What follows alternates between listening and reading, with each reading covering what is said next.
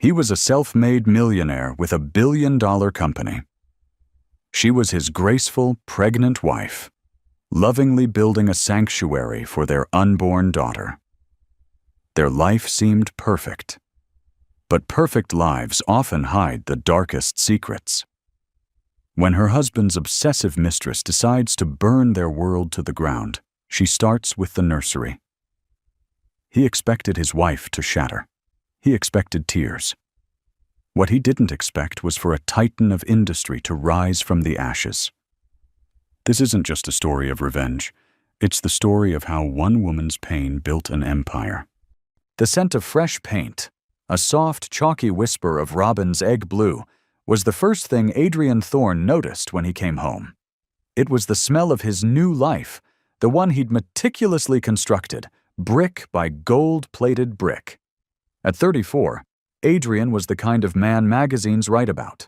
His company, Thorne Dynamics, had revolutionized data security, earning him a fortune that was both staggering and, in his mind, thoroughly deserved.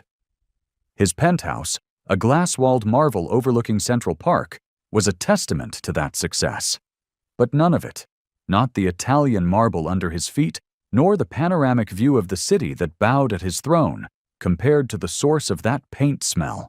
He walked past the cavernous living room with its minimalist furniture and abstract art and headed down the hall. The door was slightly ajar. Peeking inside, he saw his wife, Serafina. Serafina Sinclair Hayes was, by any measure, his greatest acquisition and his most profound joy. With hair the color of warm honey and eyes that held the calm depth of a forest lake, she was grace personified. She was 7 months pregnant, carrying their first child, a daughter they had already named Clara. Her belly was a perfect taut globe under her simple white linen dress, and as she stood on a small stepladder, adding a final, delicate leaf to a hand-painted tree on the wall, she looked like a goddess tending to a new world. This room was her masterpiece, the nursery. For 3 months, Serafina had poured every ounce of her being into it. She hadn't hired a designer, despite Adrian's insistence. "No, this is for me," she had said, her voice soft but firm. "This is for her. It needs to have my hands on it." And it did. The mural on the main wall was a whimsical forest scene, with the aforementioned tree as its centerpiece. Its branches, painted in shimmering silver, stretched towards the ceiling, where tiny, twinkling fiber-optic lights were embedded like stars. A custom-built crib of pale, polished birchwood sat in the center of the room, a plush, hand-knitted cashmere blanket draped over its side, a gift from Serafina's mother in Vermont. Floating shelves held a curated collection of classic children's books, their spines a rainbow of color. Everything was soft, safe, and filled with a palpable sense of love. Adrian leaned against the doorframe, a genuine, unguarded smile gracing his lips. This was real. His empire, his legacy, was taking root right here, in this room. "It's perfect, Sarah," he said, his voice startling her. She turned, a streak of silver paint on her cheek. Her smile when she saw him was radiant. "Aid, you're home early. Couldn't stay away." He walked in, his expensive suit suddenly feeling coarse and out of place in the room's gentle atmosphere. He gently took the paintbrush from her hand and helped her down from the ladder. "You should be resting," the doctor said. "The doctor said to avoid stress, not to stop living," she countered, leaning into his embrace. She rested her head against his chest, her hand protectively cradling her stomach. "I'm fine. Clara is fine. She kicks every time I paint a new animal." Adrian kissed the top of her head, inhaling the scent of her hair mixed with the faint aroma of turpentine and paint. "She's got her mother's artistic flair." He looked around the room again, a sense of overwhelming pride swelling within him. "When my father was starting out, I slept in a drawer, a literal drawer. And look at this. Our daughter will sleep under the stars. She will have everything she needs," Serafina whispered, her focus on the love, not the luxury. "That's all that matters." He held her tighter, He loved this woman with a ferocity that sometimes scared him. He loved her quiet strength, her unwavering moral compass that came from a simpler, less cynical upbringing than his own. She was his anchor, the calm harbor to his relentless ambition, which was why the lie felt like a shard of glass lodged in his throat. His phone buzzed in his pocket. A single sharp vibration. Serafina felt it. She shifted slightly in his arms, a flicker of something. Not suspicion, but perhaps weariness in her eyes. "Is that the office?" Adrian's smile became a mask. "It's always the office." He pulled the phone out, his thumb hovering over the screen. The name was blocked, but he knew the number. He knew the sender. Maya. The message was simple, demanding. "Where are you? You promised." He quickly typed back, his body angled away from Serafina. "Busy. Tomorrow." "Everything okay?" Serafina asked, her voice still soft. "Just a supply chain issue in Singapore. Nothing I can't handle," he lied, the words tasting like ash. He slid the phone back into his pocket. The lie was a necessary evil, he told himself. A compartment. Maya Reed was a dalliance, a mistake born of ego and opportunity, a fiery, beautiful distraction who worked in the marketing department of a company he'd acquired. It was supposed to be a fling, a meaningless release from the pressures of his world. But Maya had other ideas. She had become persistent, clingy, demanding. Serafina, in her trusting innocence, knew nothing. And Adrian intended to keep it that way. He was a master of control. He controlled his company, his investments, his life. He could control this. He would end it with Maya soon. Once the baby was born, he'd be a family man, completely and utterly. The compartment would be sealed shut, forever. "Forget the office," he said, forcing a bright tone. He turned Serafina to face him, framing her face with his hands. "Tonight is about us. It's about this." He gestured to the beautiful room. "Let me take you to dinner, per se. I'll make a call." Serafina hesitated. "I don't know, Ade. I'm a little tired. And I wanted to organize her clothes." "Nonsense," he insisted, his charm a powerful weapon. "You've done enough. Let me spoil you. Let me spoil my two girls." She finally relented, her love for him overriding her fatigue. "Okay," she smiled. "But I'm not wearing heels. You could show up in slippers, and you'd still be the most beautiful woman in the room," he said. And in that moment, he meant it. As they left the nursery, Serafina gently pulled the door closed, leaving the sanctuary to bask in the soft glow of the twilight filtering through the window. It was a perfect, pristine bubble of hope, but bubbles, by their very nature, are fragile. And somewhere across town, in a chic Soho loft, a woman named Maya Reed was staring at her phone, her beautiful face contorted into a mask of rage. "Busy. Tomorrow." The words mocked her. She knew about the wife. She even knew about the pregnancy. A fact Adrian had let slip in a moment of weakness. A fact that had ignited a firestorm of jealousy within her.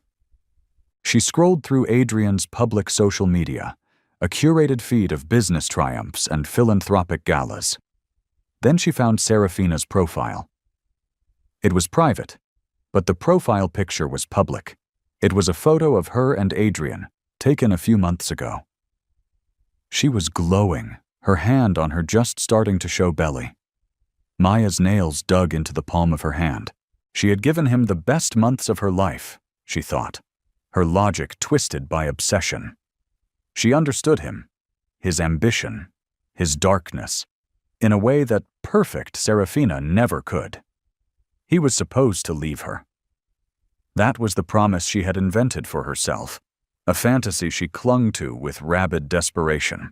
This nursery, this baby, they weren't just a part of his life. They were a threat to hers, an obstacle that needed to be removed. Her mind started racing, connecting dots Adrian had carelessly left behind.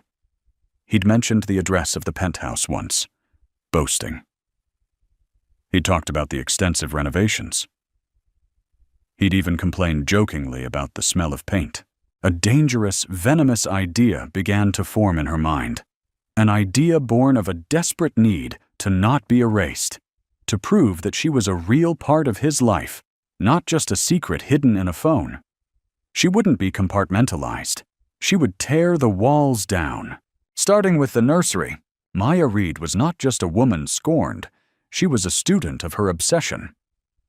For weeks, she had been collecting the scattered puzzle pieces of Adrian Thorne's life, a casual mention of the building's over-reliance on a new, glitchy digital concierge system, a complaint about the specific brand of gourmet groceries they had delivered every Tuesday, a boast about the private elevator that opened directly into their penthouse, a feature he thought made him untouchable. On Tuesday night, while Adrian and Serafina were dining at Per Se, Maya put her knowledge into action.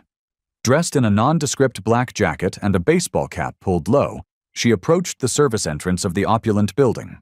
She carried a large, insulated grocery delivery bag from Artisan Farms, the very service Adrian used. "Delivery for Thorne, Penthouse A," she said to the security guard, her voice flat and professional. She held up a tablet displaying a forged order confirmation, complete with Serafina's name. The guard, a burly man named George who recognized the delivery service, barely glanced at her. "Go on up. You know the protocol. Leave it inside the service door."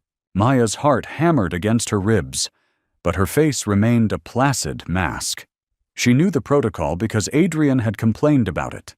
The private elevator had a service alcove, a small, unsecured space between the elevator door and the apartment's actual service entrance, where deliveries were to be left. A blind spot, a flaw in the fortress. Once the elevator doors whispered shut, sealing her in the polished steel cocoon, she was alone. She rode it to the top floor. The doors opened not into the penthouse, but into the small, gray-painted alcove Adrian had described. To her right was the main service door to the apartment. She pulled a thin, flexible piece of metal from her pocket, the kind used by locksmiths. Adrian had once drunkenly lamented how he'd had to have a specialist open this very door after a lock malfunction. He'd described the process in fascinated detail. It took Maya less than 2 minutes. The lock clicked open with a sickeningly soft sound. She slipped inside.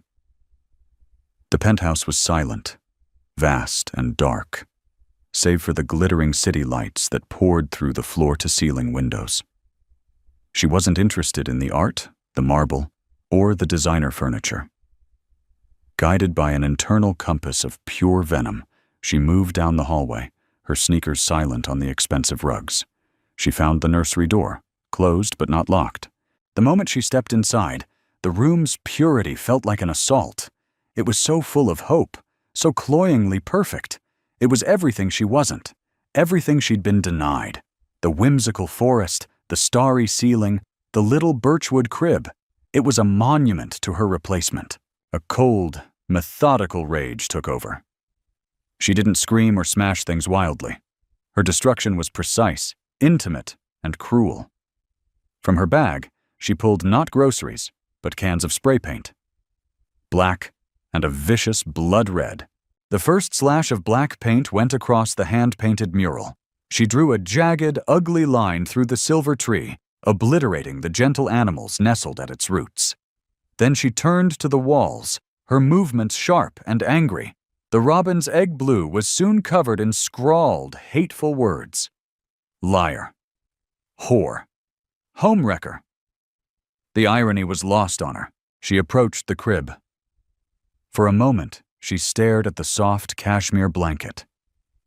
It was so innocent. She snatched it, threw it to the floor, and stomped on it with her dirty shoes. Then, with a grunt of effort, she tipped the crib over. It landed with a sharp crack, one of its delicate legs splintering. The sound was deeply satisfying. She tore the books from the shelves, ripping pages from their spines, scattering them like confetti. But her final act was the most deliberate. She took out a tube of her signature lipstick, a deep vampiric shade called Femme Fatale that Adrian had once said he loved. She walked to the one remaining clean space on the wall, right above where the crib had been, and drew a crude, mocking heart. Inside it, she wrote a single word. Adrian? Then, she uncapped a small bottle of perfume, also a favorite of his, and sprayed it liberally throughout the room, tainting the air with the scent of their affair. It was her mark, her claim. She was here. She was real. She slipped out as silently as she had entered, leaving the sanctuary a war zone. An hour later, Adrian and Serafina returned. The dinner had been a success.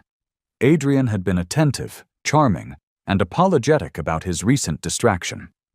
Serafina, feeling cherished, had allowed herself to relax completely. They walked out of the elevator into their apartment, arms linked, her head resting on his shoulder. "I'm so full," she laughed softly. "Clara is doing somersaults. I think she liked the truffle risotto." "She has expensive taste, just like her mother," Adrian said, kissing her temple. As they passed the hallway, Serafina noticed it first. The nursery door was ajar, and a strange, acrid smell, sharp chemicals and a cloying floral scent, leaked out. "What's that smell?" she asked, pulling away from him. A knot of unease tightened in her stomach. She walked towards the door, pushing it open. The scream that left her throat was not loud. It was a strangled, horrified gasp, all the air sucked from her lungs. She swayed, one hand flying to her mouth, the other clutching her belly as if to shield her unborn child from the sight. Adrian rushed to her side, his mind initially processing it as a fire or a break-in. "Sarah, what is it?" Then he saw it. The world tilted on its axis. The black and red graffiti. The overturned crib, broken like a wounded animal. The shredded books. The filth. It was a scene of such violation, such personal hatred, that it took his breath away. But it was the smell that hit him like a physical blow. That perfume. He knew that perfume. It was Maya's. "Oh my God!" he breathed, the blood draining from his face. Guilt, hot and suffocating, washed over him. This was his fault. He had brought this plague into his home. Serafina stumbled into the room, her bare feet crunching on the torn pages of what was once Goodnight Moon. She knelt, her hands shaking, and picked up the soiled, footprint-marked cashmere blanket her mother had knitted. A sob, raw and ragged, finally broke from her. She held the ruined blanket to her chest, rocking back and forth, her eyes scanning the devastation. "Who would do this?" she whispered, her voice trembling with disbelief. "Who could be so full of hate?" Adrian couldn't speak. His tongue was a lead weight in his mouth. He wanted to hold her, to comfort her. But he felt like a leper. His touch was poison. He had done this. Serafina's gaze drifted from the broken crib to the defaced mural, and finally, to the wall above. She saw the lurid red heart, a grotesque parody of love, and the name inside it. "Adrian!" Her sobbing stopped. The blood-red lipstick. The name. The perfume that now seemed to be choking her. It all coalesced into a single horrifying point of clarity. This wasn't a random act of vandalism. This was a message. And the sender knew her husband. Intimately, she slowly got to her feet, the ruined blanket falling from her hands. She turned to look at Adrian. Her beautiful Forest Lake eyes, which had always held such love and trust for him, were now frozen over. The warmth was gone, replaced by an Arctic chill that terrified him more than any scream or accusation could. "Adrian," she said, and her voice was unnervingly calm, stripped of all emotion. "Who is Maya?" The name hung in the air between them, more toxic than the spray paint fumes. Maya. It was a name Adrian had only ever uttered in hushed tones over the phone or whispered in a bed that was not his own. To hear it from Serafina's lips, in this desecrated space, was like hearing his own death sentence read aloud. "How do you know that name?" he stammered, the question itself an admission of guilt.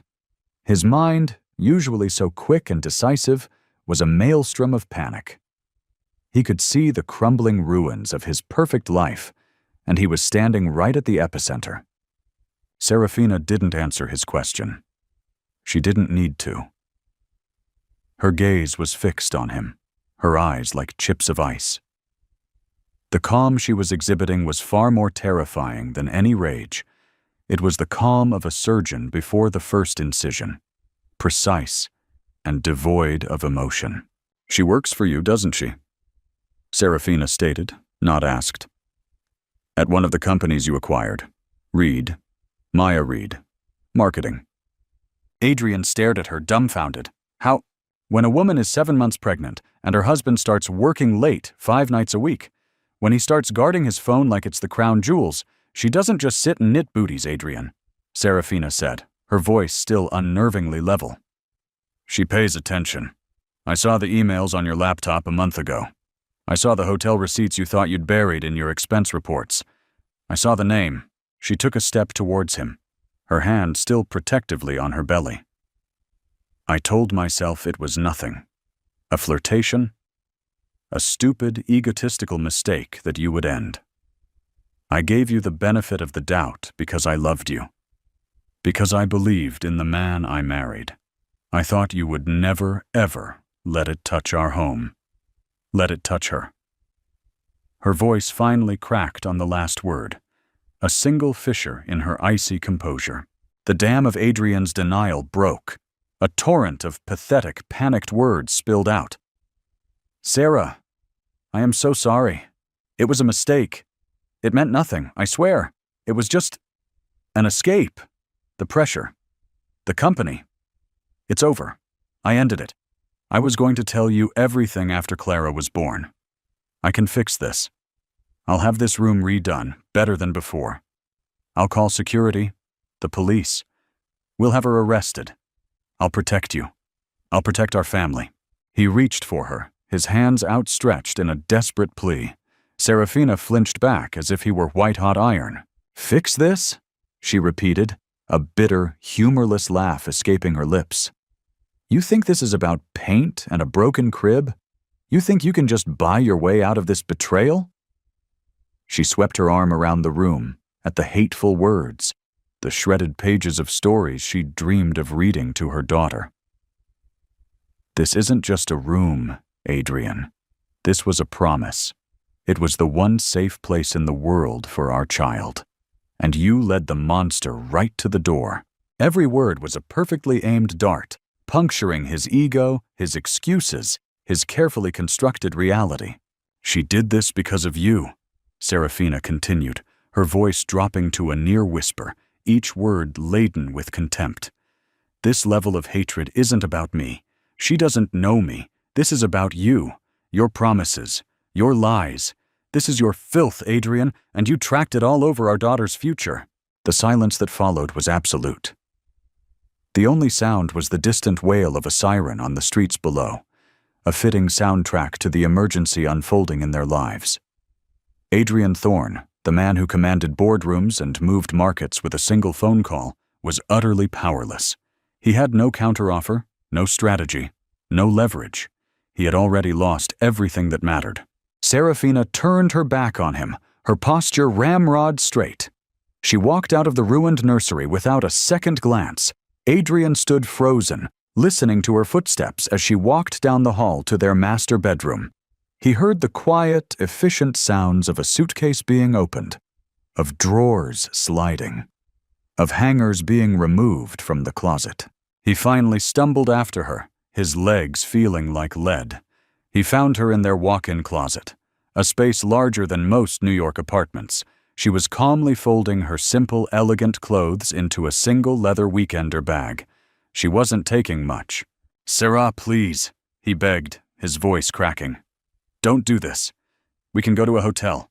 We can go to the Hamptons. Just don't leave. We can talk about this. We can see a therapist." She zipped the bag shut with a final, definitive sound. She turned to face him, her car keys in her hand. "There is nothing to talk about. You made your choice. The woman I was. The one who would have cried and screamed and maybe eventually forgiven you. She died in that nursery tonight. You are looking at who is left. Where will you go? He asked, a new wave of panic hitting him. To your mother's? A flicker of something that might have been pity crossed her face. No, I would never burden my mother with your failure. She walked past him, heading for the private elevator.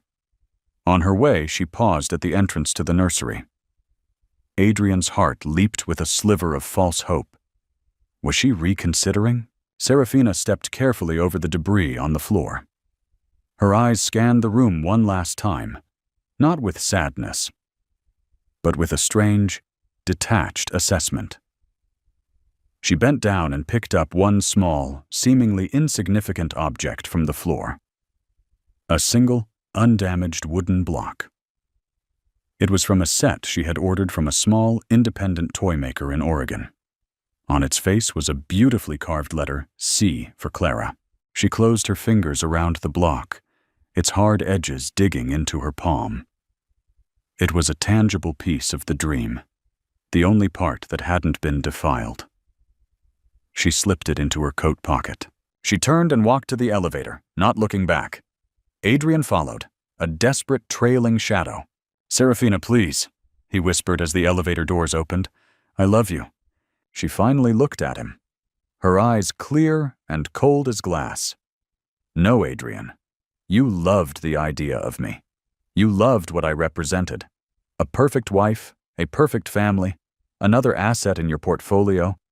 But you don't get to have it all. Not anymore.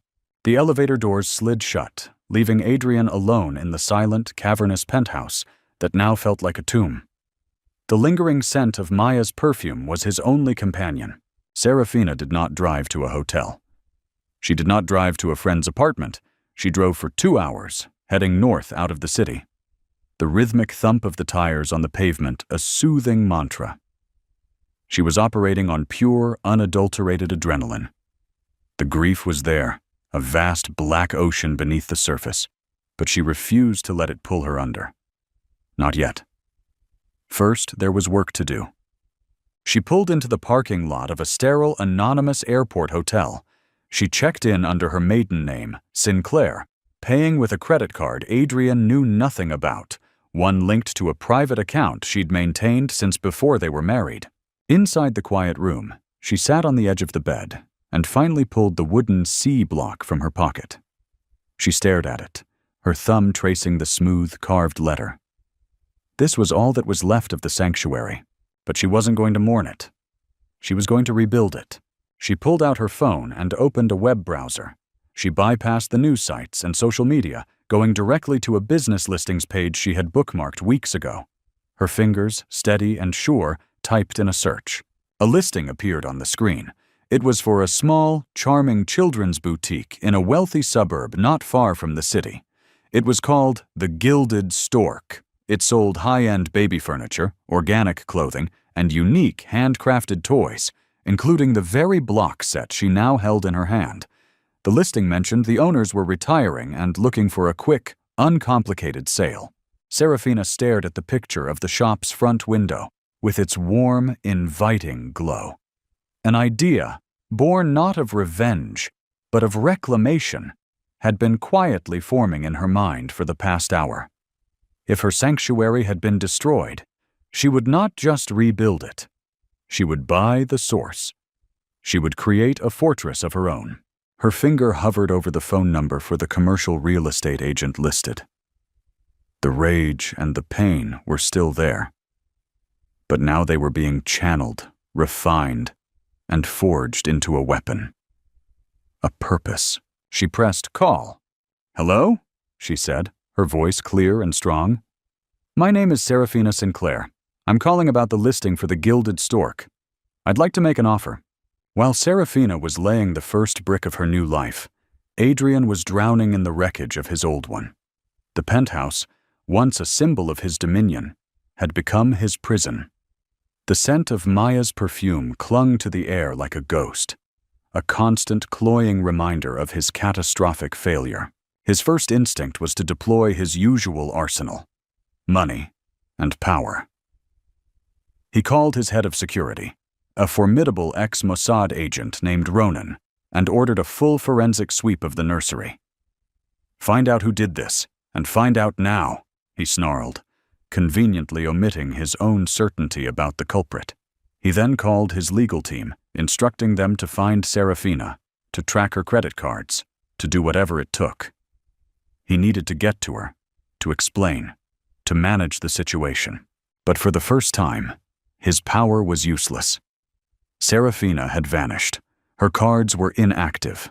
Her phone went straight to a disconnected message. She had severed herself from his grid. The realization that she had the foresight and the means to do so was a fresh, chilling shock. His next call was the one he dreaded most. He summoned Maya to his office, a sterile glass and steel box high above Manhattan. She arrived not with remorse, but with a triumphant, possessive gleam in her eyes. "I knew you'd call," she said, gliding towards his desk as if she belonged there. "She's gone, isn't she? I told you she was weak. Now we can finally be together, Adrian. The way it was, always meant to be." Adrian stared at her, and for the first time, he saw her not as a seductive escape, but as she truly was.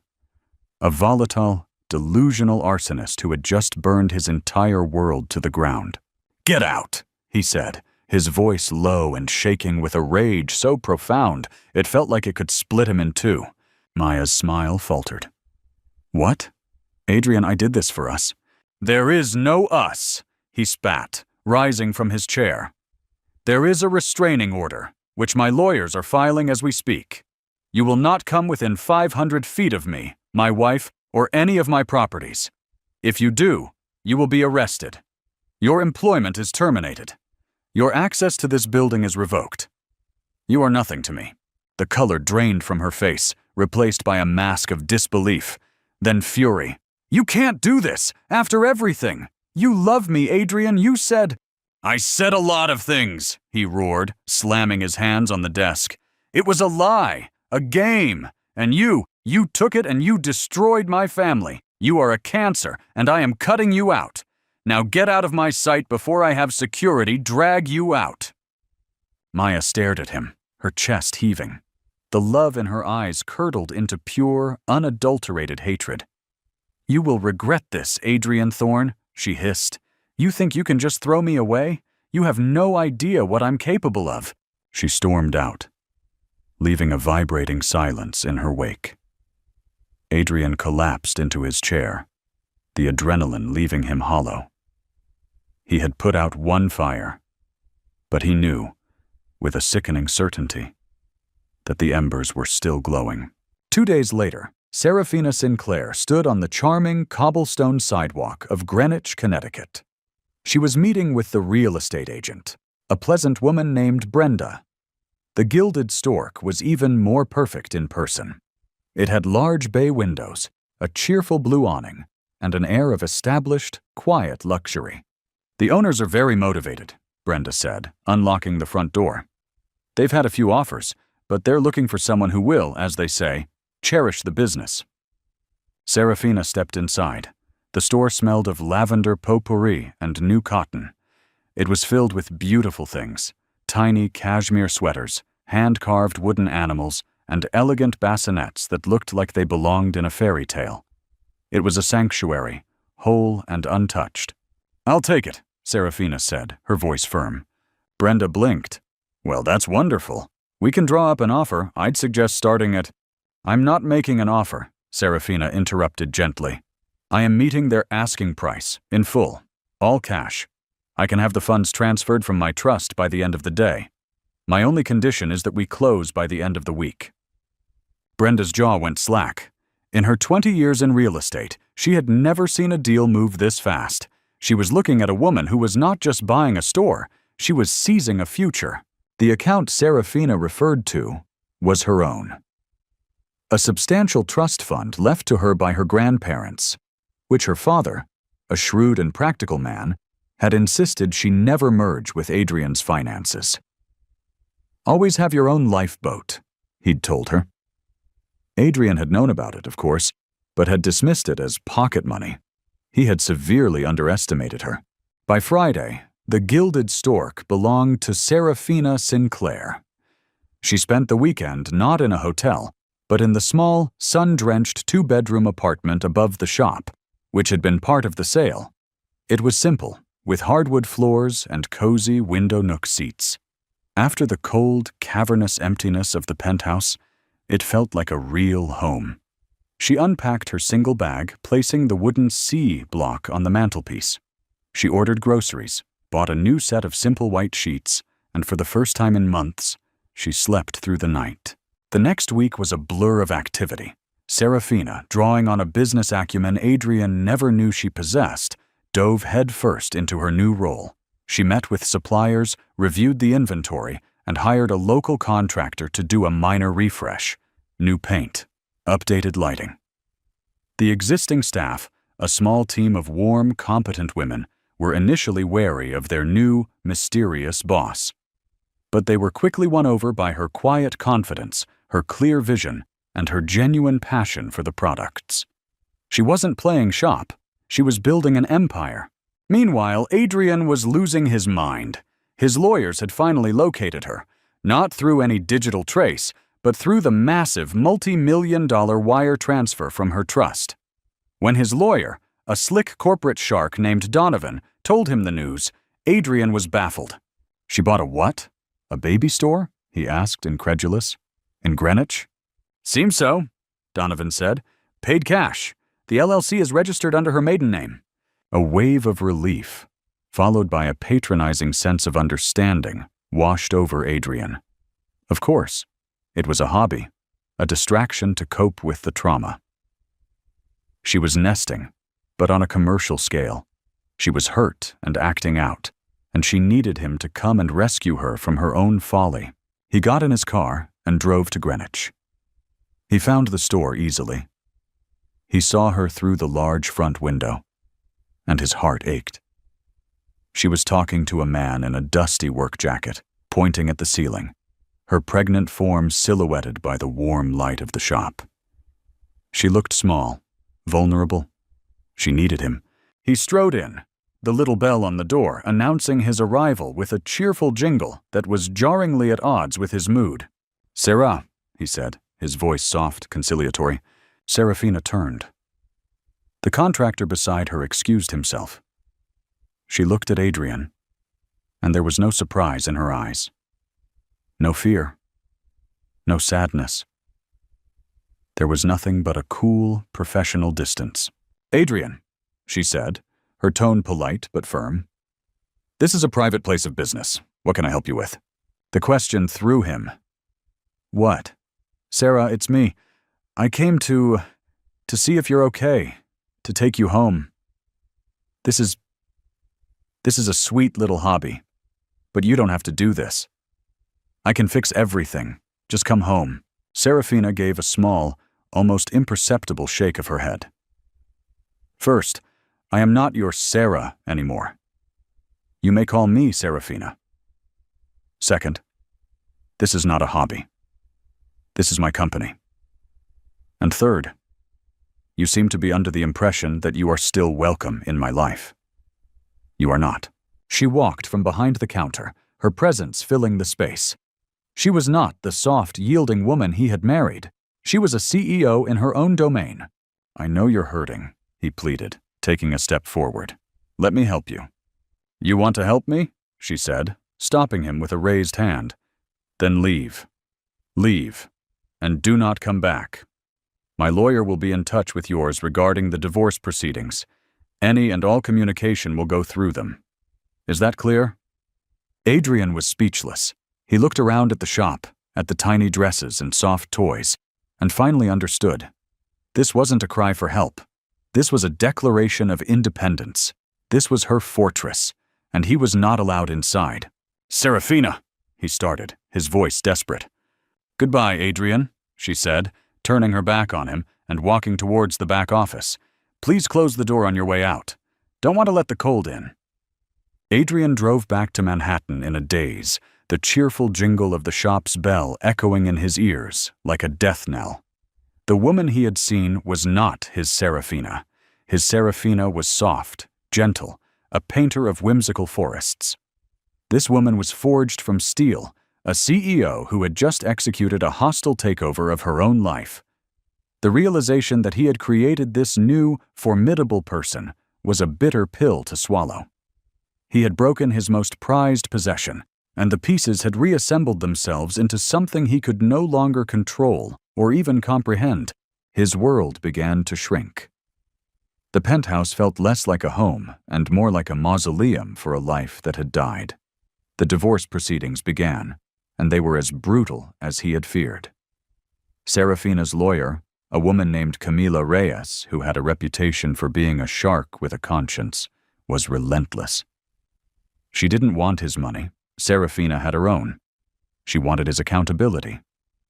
Every lie, every hotel receipt, every text message he had tried to delete was laid bare in sterile legal documents. It was a systematic dismantling of his character.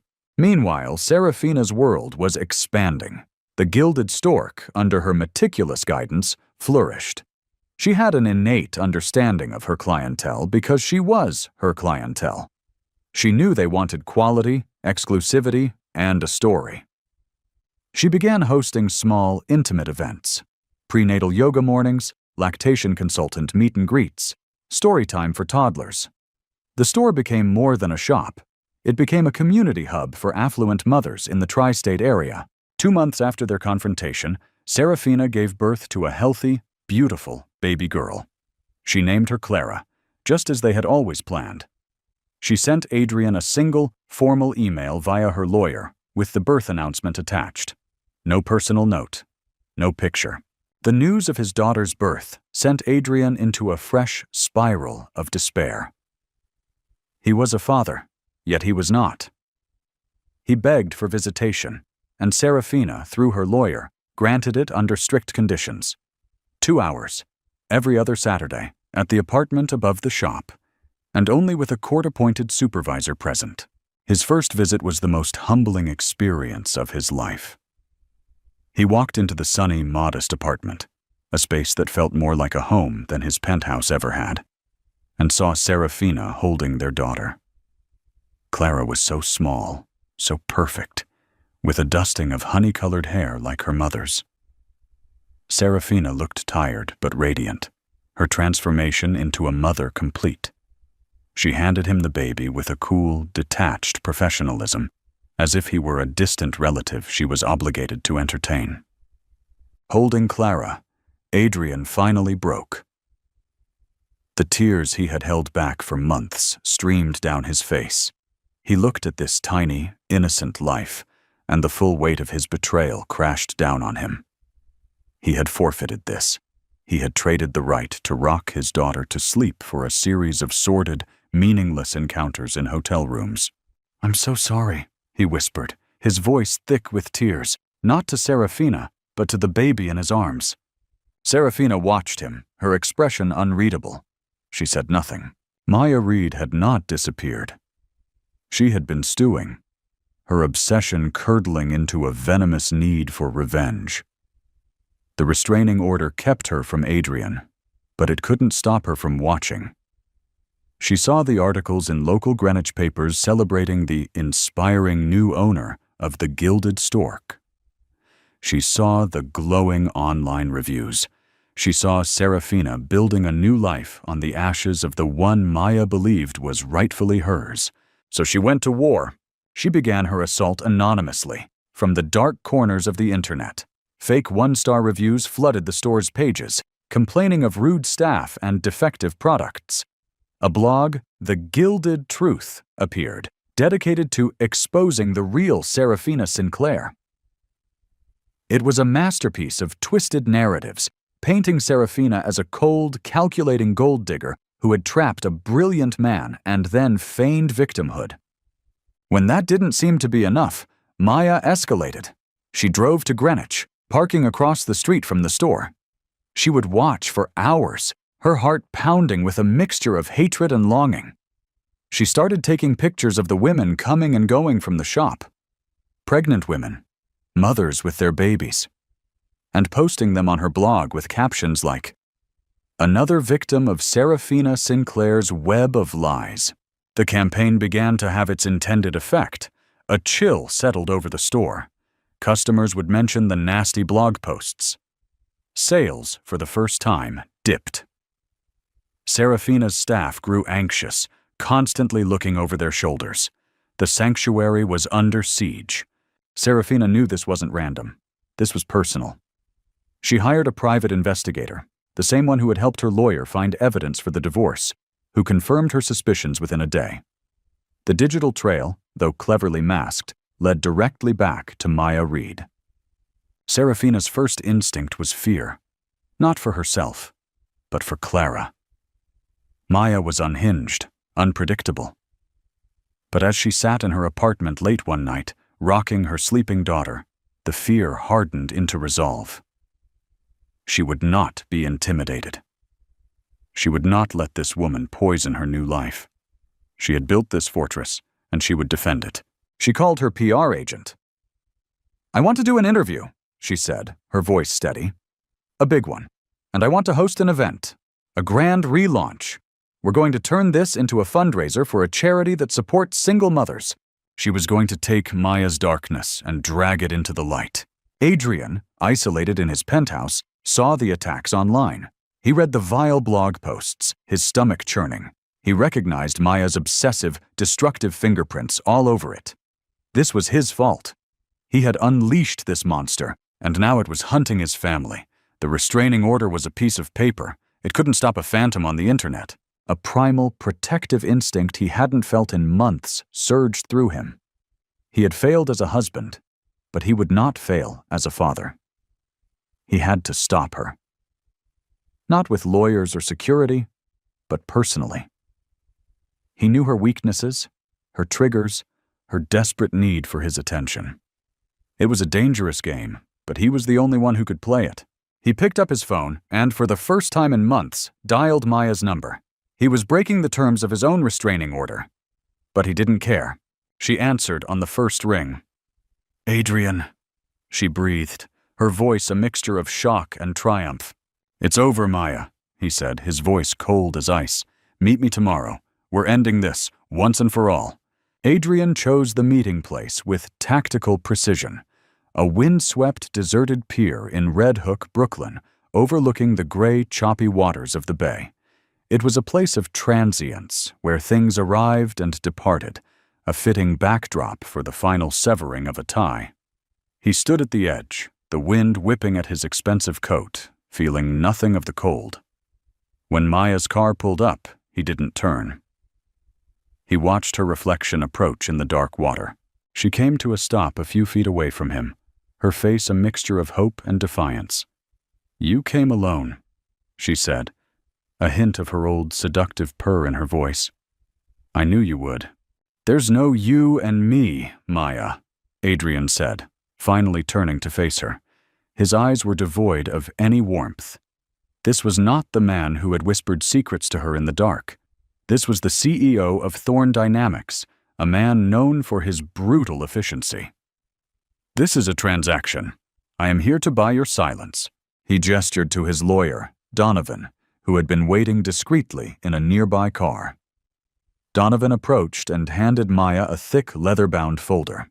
"What is this?" she asked, her voice trembling slightly. "That is a settlement agreement," Adrian explained, his tone flat. "Inside, you will find a cashier's check for $5 million. In return, you will sign a non-disclosure agreement so comprehensive that you will be legally forbidden from ever writing, speaking, or even hinting at my name or my family's name again. You will delete the blog. You will delete every fake review. You will erase every trace of your pathetic little war. You will take the money, and you will disappear." Maya stared at him, her face contorting in disbelief. Then rage. She laughed, a sharp, ugly sound that was snatched by the wind. $5 million? You think you can buy me off? You think my pain, what you did to me, is worth $5 million? I think it's $5 million more than it's worth, Adrian countered coldly. But it's the price I'm willing to pay to have you expunged from my life. I don't want your money, she shrieked, her composure shattering. I want you. I want the life you promised me, and if I can't have it, I'll make damn sure no one can. She pulled her phone from her pocket, her thumb hovering over the screen. "I have recordings, Adrian. Hours of them. You, telling me you loved me. You, complaining about Serafina. You, talking about your business deals in ways the SEC would find very interesting. I will send this to every reporter in New York. I will burn you to the ground." Adrian didn't flinch. A flicker of something that looked like pity crossed his face. "I know," he said quietly. "I assumed you would have something like that. It's why I came prepared." He gave a slight nod. From the shadows of the pier, another figure emerged. It was Ronan, his head of security. He wasn't carrying a folder. He was carrying a single manila envelope. He handed it to Maya. "What is this?" she whispered, a real tremor of fear in her voice now. "That," Adrian said, his voice dropping, "is a copy of a sealed juvenile court record from San Diego for a girl named Maya Reed, arrested at 17 for stalking and harassing her high school chemistry teacher after he gave her a B-. It details a pattern of obsession, vandalism of property, and threats that look remarkably similar to your current activities.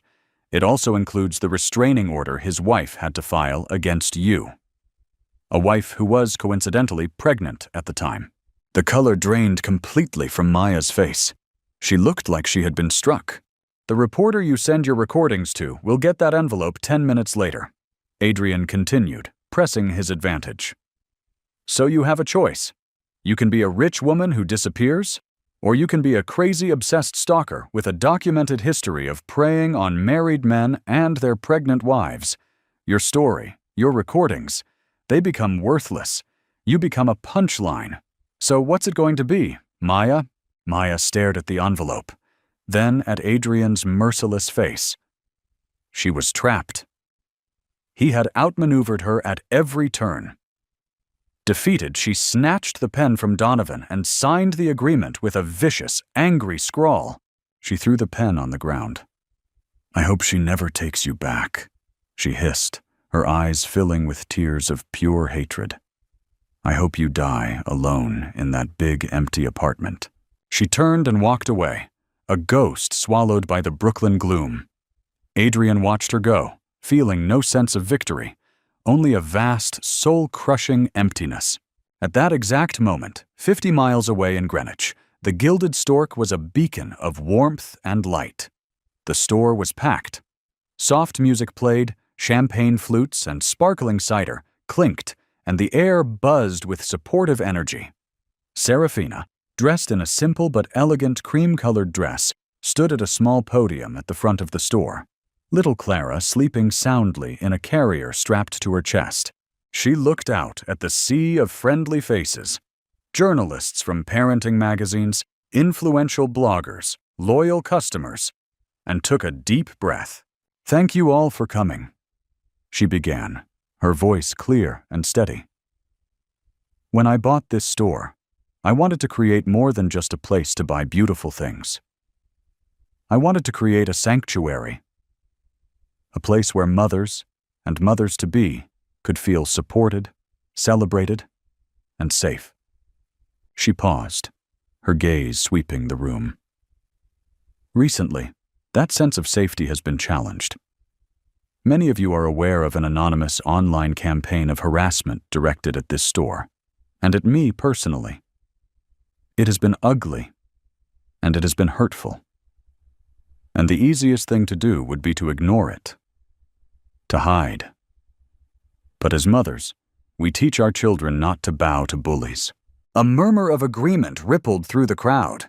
"This campaign was born of darkness and negativity," Serafina continued, her voice gaining strength. "And the only way to fight darkness is with light. That is why, tonight, I am officially launching the Gilded Stork Foundation. A portion of every single sale from this day forward will go directly to funding charities that support single mothers who have escaped abusive situations. We are going to take the poison that was directed at us, and we are going to turn it into a cure for others." The room erupted in applause. It was a masterful move, turning her personal trauma into a public triumph of philanthropy. She hadn't mentioned Maya, hadn't given the attacks any more oxygen. She had simply risen above them, transforming herself from a victim into a champion. As the event wound down and Serafina was accepting congratulations, her lawyer, Camila, quietly showed her a news alert on her phone. It was from a major gossip site. Tech Millionaire's Mistress exposed. A history of stalking and obsession. The article detailed, with brutal clarity, Maya's sealed juvenile record and her recent online harassment campaign. It painted her as a disturbed and predatory figure.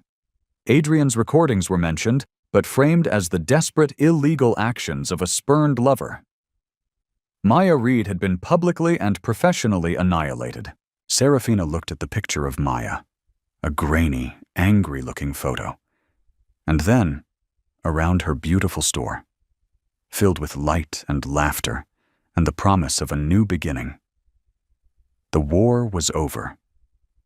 Adrian had fought his battle with fire and scorched earth. She had fought hers with grace and light. She felt no joy at Maya's demise, only a profound, weary sadness for the wreckage all three of them had created. She looked down at her sleeping daughter, a perfect, innocent soul in the midst of it all, and knew her fight had been the right one. She hadn't just built a business. She had built a legacy of strength her daughter could one day be proud of. And in the end, that was the only victory that mattered. Part 7. The Long Thaw. The news of Maya's public downfall brought Adrian no satisfaction. It was a hollow victory, a scorched earth tactic that left him feeling as barren as the landscape he had created. He saw the articles celebrating Serafina's foundation, her grace, her strength. He had fought his war with money and threats. She had fought hers with creativity and compassion.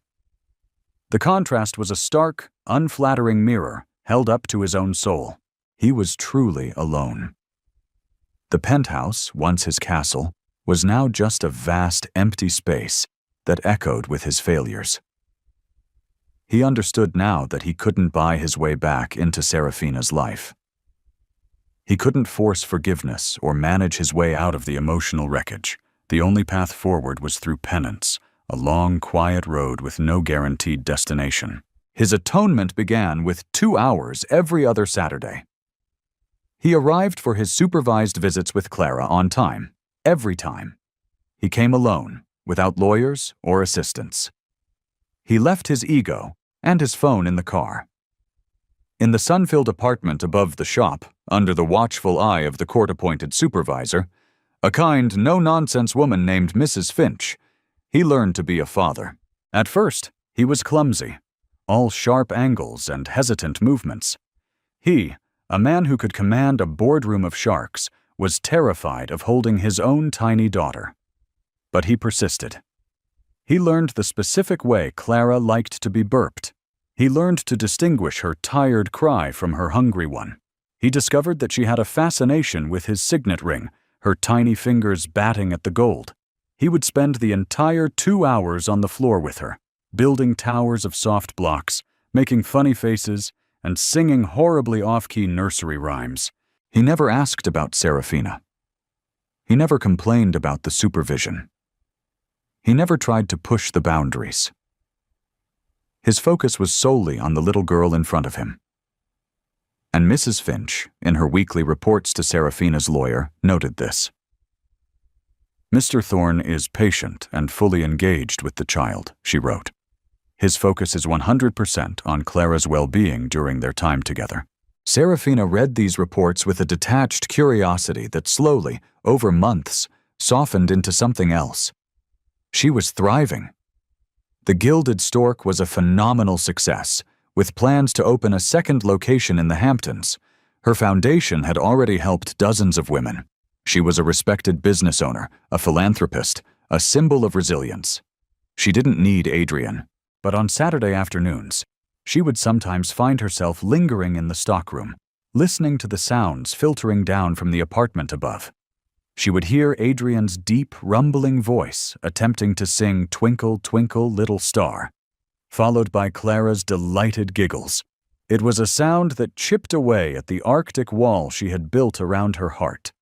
She wasn't ready to forgive, but the fiery anger had cooled into a quiet, somber ache. One Saturday, about 8 months after Clara was born, Serafina walked into the apartment during Adrian's visit to grab a file she had left behind. She stopped in the doorway. Adrian was on his hands and knees on the floor, a blanket draped over his back, pretending to be a horse. Clara was shrieking with laughter, crawling after him. He looked up and saw Serafina, and the smile on his face faltered, replaced by a guarded, neutral expression. He immediately, respectfully, sat up. "Serafina," he said, his voice quiet. "Sorry, we were just—" "It's fine," she said, surprised by her own lack of hostility. "Don't stop on my account." She retrieved her file, but instead of leaving immediately, she found herself leaning against the doorframe. "She seems to like your horse impression," Serafina commented, the words feeling foreign in her mouth. It was the first civil, non-logistical sentence she had spoken to him in nearly a year. A flicker of surprise, then gratitude crossed Adrian's face. "She's a tough critic," he said, a ghost of a smile touching his lips. "Took me weeks to get it right." The exchange was brief, awkward, and ended as quickly as it began. But it was a crack in the ice, a tiny, fragile bridge across a vast, frozen chasm. The long thaw had begun. The approach of Clara's first birthday marked a turning point. A week before the date, Adrian sent a request through the lawyers. It was different from his usual petitions. He wasn't asking for more time or unsupervised visits. He was asking if he could mark the occasion by making a substantial, 7-figure donation to the Gilded Stork Foundation in Clara's name. He wanted to do it publicly, at the store, if Serafina would permit it. The gesture was significant. It was an acknowledgement of her world, her success, her rules. It wasn't an attempt to buy her, but to support what she had built. After consulting with her lawyer, Serafina agreed. On the day of Clara's birthday, Adrian arrived at the store. It was closed to the public, and a few select journalists Serafina trusted were present. He looked different. Less like a predator in a bespoke suit, and more like a man who had been humbled by a long winter. He presented the oversized check to Serafina, a formal and slightly awkward moment. "Thank you, Adrian," she said, her voice sincere. "This will help a lot of people." "It's the least I can do," he replied quietly. After the reporters had left, and as Adrian was preparing to leave, Serafina stopped him. "There's something I want to show you," she said. She led him through the pristine showroom to the back office, a space he had never seen. In the corner, draped in a silk sheet, was a large object. Serafina pulled the sheet away.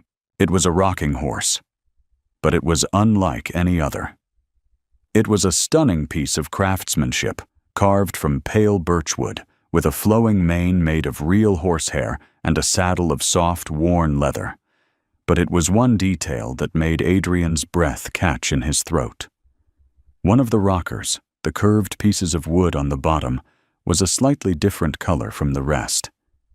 It was darker, older, and he could just make out a faint, familiar grain. "Is that?" he whispered, his voice hoarse. "The leg from Clara's crib," Serafina confirmed, her voice soft. "The one that broke when it was overturned. I couldn't throw it away. So I gave it to a local craftsman. I wanted to take the most broken piece of our past and make it part of her future, a reminder that beautiful things can come from brokenness." Adrian stared at the rocking horse. It was a perfect, powerful metaphor for everything that had happened. He had destroyed something precious, and from the wreckage, Serafina had built something stronger, more beautiful, and more meaningful than he could have ever imagined. It was the final blow to his carefully constructed armor. The sight of that repurposed piece of wood, a symbol of his ultimate failure transformed by her incredible grace, broke him completely. A sob, deep and ragged, tore from his chest. The carefully controlled composure he had maintained for a year shattered into a million pieces. he sank into a nearby chair, burying his face in his hands, and wept. Not the selfish, panicked tears of a man who had been caught, but the profound, soul-cleansing tears of a man who finally, truly understood the magnitude of what he had done. "I'm sorry," he choked out between sobs, the words muffled by his hands. "Serafina, I am so sorry. Not for the money or the penthouse. I'm sorry for breaking your trust, for taking your love for granted, for hurting you. I am so sorry." It was the apology she had been waiting a year to hear. The real one. Serafina watched him for a long moment. The anger was gone. The ice had melted. In its place was a deep, quiet sadness, but also a sliver of peace. She walked over to him and, after a moment's hesitation, placed a gentle hand on his shaking shoulder. She didn't say, "I forgive you." Some things were too vast for 3 simple words. But later that afternoon, after Adrian had composed himself, they stood together in the middle of the shop. Serafina placed Clara on the floor between them. Clara, wearing a tiny birthday dress, looked at her mother, then at her father. Then, clutching the leg of a display table for balance, she took her first wobbly, uncertain step, and then another. She toddled directly towards the rocking horse, her hands outstretched. Adrian and Serafina watched, standing side by side, not touching, but sharing the same space, the same air, the same breathtaking moment. It wasn't a reconciliation. It wasn't a return to the past. It was the quiet, hopeful, and uncertain beginning of something entirely new. A future built not on a foundation of lies, but on hard-won respect, profound remorse, and the enduring, transformative power of a mother's love. The story wasn't over, but for the first time in a long time, the next page was blank, waiting for them to write it together. That was the incredible story of Serafina Hayes, a woman who refused to be a victim and instead built an empire from the ashes of betrayal. Adrian's journey shows that true redemption isn't about grand gestures, but about quiet, consistent work and the humility to accept the consequences of your actions. Their story is a powerful reminder that sometimes the most broken things can be rebuilt into something even more beautiful and strong. What did you think of Serafina's ultimate revenge? Was it turning her pain into a charity, or was it her ability to find peace on her own terms? Let me know your thoughts in the comments below. If this story of resilience, drama, and ultimate triumph moved you, please give this video a like, share it with someone who loves a powerful story, and make sure you subscribe to the channel for more real-life drama fiction you won't want to miss. Thank you for watching.